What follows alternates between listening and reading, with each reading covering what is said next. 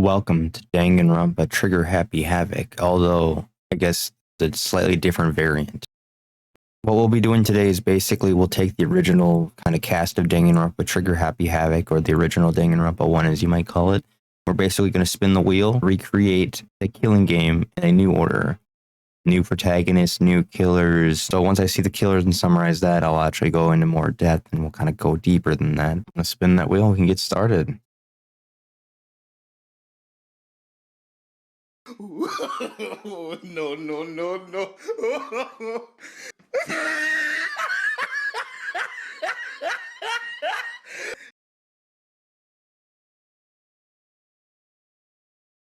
Interesting. Kyoko Kirigiri, the ultimate detective. Starting off right off the bat, we're going to have one of the best girls from Danganronpa 1 as our protagonist. So kind of reversing going on here. Now, will Kodo and her have the same dynamic, or will Makoto end up being killer? I think it's interesting dynamic as a whole because it's a detective game. You basically solve murders, and who better to be the smart one leading the group than Kyoko Kirigiri? Chapter 1. So we'll see who will be our first victim. Oh, Sakura. Sakura is going to be the first victim. That hurts. Sakura is a really, amazing character first game. But for Sakura to die, I'd be curious why. We'll figure that out right now. Bruh. There's no way. Okay, so you're telling me Sayaka Mizono never in this killing game as well as the last one will always kill first, huh? Alright, makes sense. So Sakura was killed by Sayaka. In that regard. We'll cross both of them out. Now, how did that happen? I guess I would describe it as Sakura probably on the initial night when Sayaka was... That's too many S names. When Sakura saw Sayaka grabbing the knife in the kitchen, maybe Sayaka jumped in thinking that it was going to be like a murder plan, which would be correct. Sakura tries to push Sayaka, and Sayaka's already in a bad state of mind. So Sayaka just goes ballistic and just starts stabbing. Goes stab, stab, stab. And Sakura unexpectedly gets stabbed right in the heart. And then we see beginning of the trial, Aoi Asahina's just emotional and distraught and kind of shifty in behavior. So in that beginning of the trial, we can kind of have Aoi as this, hey, there's always one person who looks suspicious like Kyoko did. What? In the second game for Peko, right? But the idea is, bro, what are you talking about, Aoi man? be framed or kind of set up to be a killer there, even though she knows the true killer and she's kind of afraid for her own safety. All right. So chapter 2. We have a new floor. It's the pool, the weight room, the library. The killer of this chapter will be Gakure. Okay. All right. He's a little bit on the dumb side, but I'd be curious and under who he ends up murdering or what happens in that context. Oh, okay. He's prone to violence, as we've seen. Not like he's ever tried to kill anybody. Sakura.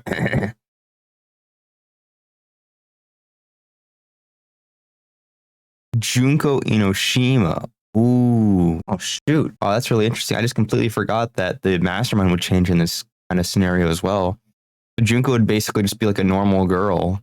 Junko Inoshima was, a model. But Yasuhiro develops a obsessive compulsion. He uses his crystal ball after seeing her. He falls in love with her, likes her, right?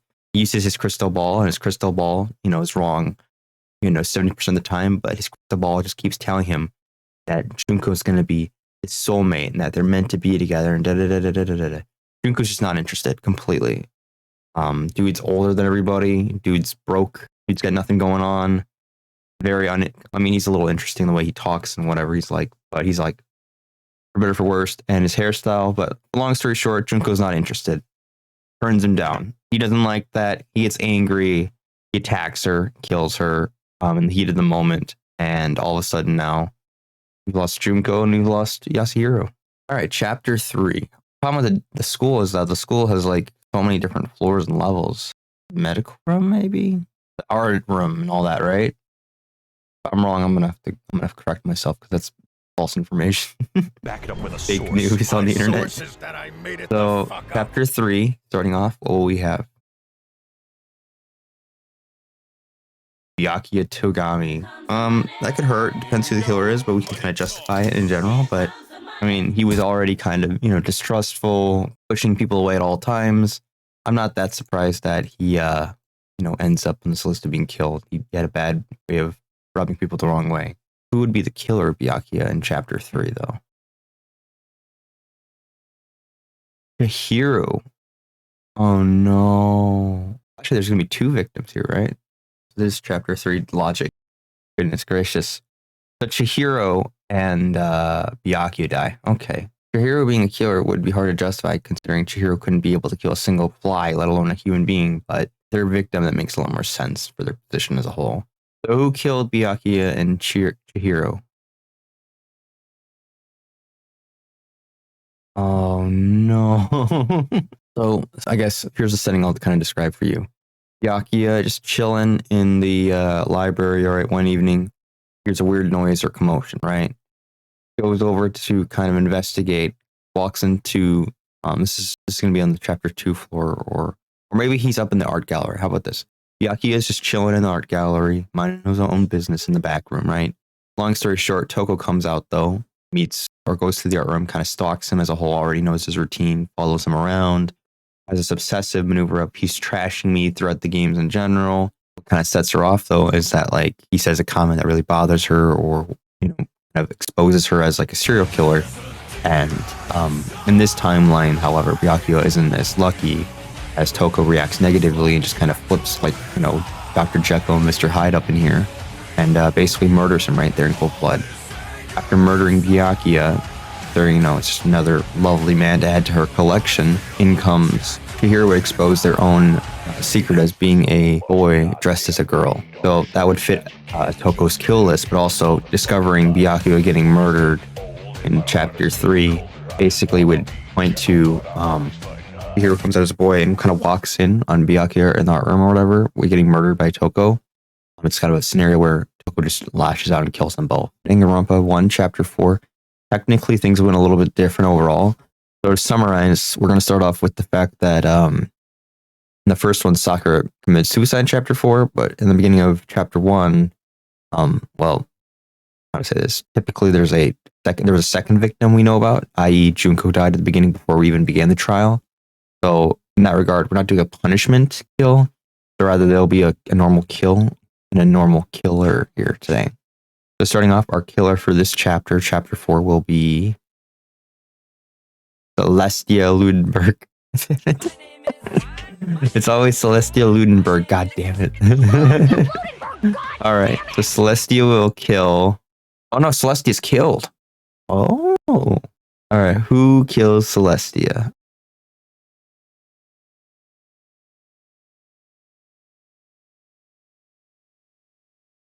Oh. Celestia kills Celestia. To them. Really? Say, congratulations, you played yourself. I'll explain. Right, so basically, start of the chapter, twist is there's a traitor revealed. So first role will be not victim. The start of the chapter, it's revealed that Celestia goes to the gym because Celeste meeting with Monokuma on the side. Celestia basically has a debt for gambling addiction that has led her to be a traitor in this killing game, basically betraying the trust of the group. Makoto doesn't say anything and kind of starts a dynamic where there's a rift between Makoto and Kirigiri again. But at the same time, all that's going on, we have this dynamic where that's the motive, is that this person is a traitor and they betrayed you and they said they're not going to play by my rules. Monokuma said, so I'm going to throw them to the wolves kind of thing. And has gone from this not unlikable, but this cold, distant person to kind of warming up to the group, almost like a Byakuya arc. Now, that doesn't really last because Celestia will be killed and the person who kills them will be Mondo. So Mondo hears that Celestia betrays the group, rather just sees Celestia as somebody who is cold and calculated, but also smart, helped them in the trials, helped them to get this far, to have them come out and basically be exposed as a traitor and not deny it. And basically, yes, I betrayed you all. Mondo just couldn't control his anger. One thing leads to another. Mondo smash, like the Hulk. Mondo just smashes, and Celestia is dead. Celestia just gets smushed. So, I mean, it'd be a cool, interesting way of like warming up with Hifumi in a nicer way, and having human interaction, and just Mastermind's getting a little desperate. No one's starting to kill anymore. So they start the game back up. The idea is they're trying to set someone up for failure, right? They bring out the dead body of previous person. They set up someone to take the fall.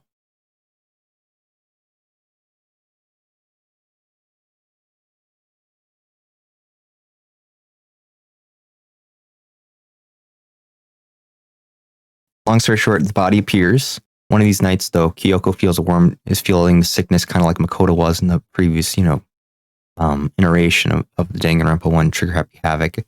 But what Kyoko doesn't realize is that after she invites Aoi over, we're going to have a nice little night overall. As Aoi's heading out, because she's a positive attitude, she's working very closely with Kyoko, just like a lot of these other people, as there's only so many people left alive. But what Aoi doesn't recognize is the fact that she's having, Kyoko has this kind of, scary moment where she recognizes somebody's dressed up in an outfit kind of attacking her. And Aoi basically, just like that, dream-like scenario with Makoto, Aoi comes to her aid from the hallway. In the trial, though, however, when the body's brought back out and they don't recognize it, instead of Makoto basically being the one at fault here or the one to be blamed, it is Aoi Asahina. Basically, Asahina has, developed this friendship with Kyoko as a whole. Aoi basically takes the fall for what Makoto would here in general when it comes to an execution overall. And she gets very emotional near the end of the trial.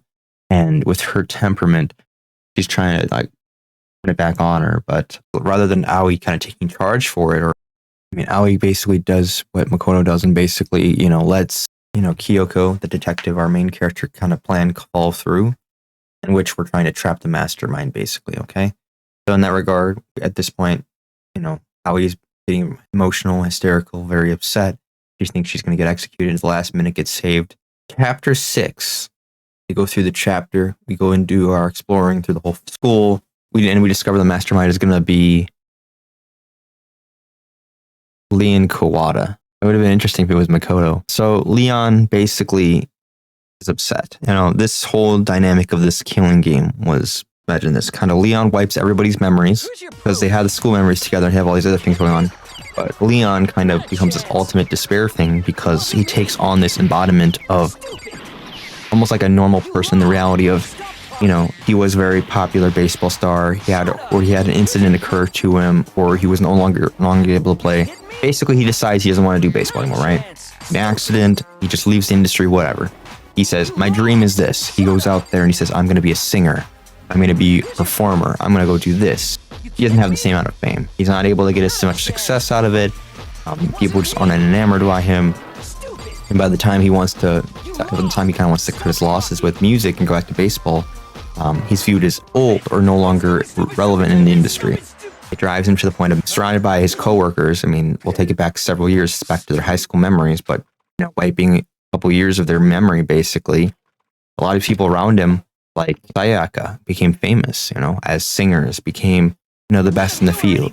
But Leon didn't. Leon was held back. Leon was, he wanted to make something of himself. He wanted to, be happy with his trajectory in life. And he used to be, dare I say, in high school and, college as a whole, the shabam. All of a sudden, it all went away. Leon fell into the pits of despair and wanting to destroy the whole world, started the ultimate tragedy, played the ultimates, pushed the whole world towards the brink of despair and evil. So, our mastermind revealed us. Leon, the group confronts him all at once with, a pointed attack in general. But at the end of the day, Leon goes down. Our surviving cast would be Aoi Asahina, summer girl. Good relationship at the beginning with Sakura and just the group as a whole. Ifumi would have had a great relationship building up and fleshing out Celestia as this character who goes from cold to warm and warming up in general. Kind of warms up himself towards human interaction near the end, especially as he develops friendships and real connections with those around him. Kiyotaka was a little distraught and destroyed over his bro dying. Part of Bro's final wish was to live on in his memory, but also to get to the end of the game for him and Chihiro's sake and other people's sake, but also to hold the mastermind accountable. And there has to be rules and there has to be order in society. Kyoko Kirigiri, our protagonist, obviously protagonist didn't die in one. She didn't die in this one either, in this version. It's possible she could have, but it never happened. Makoto Naegi lived to the end. Honestly, I was hoping he would be the mastermind at the very end. But Makuro is interesting and well because Makuro would basically come out as this kind of normal girl who likes Makoto and maybe there's some dynamic there. love each other. Otherwise, with Kyoko, kind of an interesting little triangle of like interaction, I think, overall. But Makuro kind of having this element of, yeah, I killed people for years. I was a soldier in wars. I did all this. I did that. And I'm soldiering through. I'm getting through this. My sister just died, but I'm here. I appreciate you spending your time with me and watching the video. I hope you got enjoyment out of it. If you're a fan of anime, Danganronpa, anything like that, killing games, you name it, whatever, and or you enjoyed what you saw today, please consider subscribing, as it helps me to, get out stuff faster and overall in a nicer way. And just also thank you everybody for giving me 50 subscribers. We did that on 1/16/2023. So thank you for that. I look forward to hopefully getting to 100 at some point. That'd be really cool. Thank you.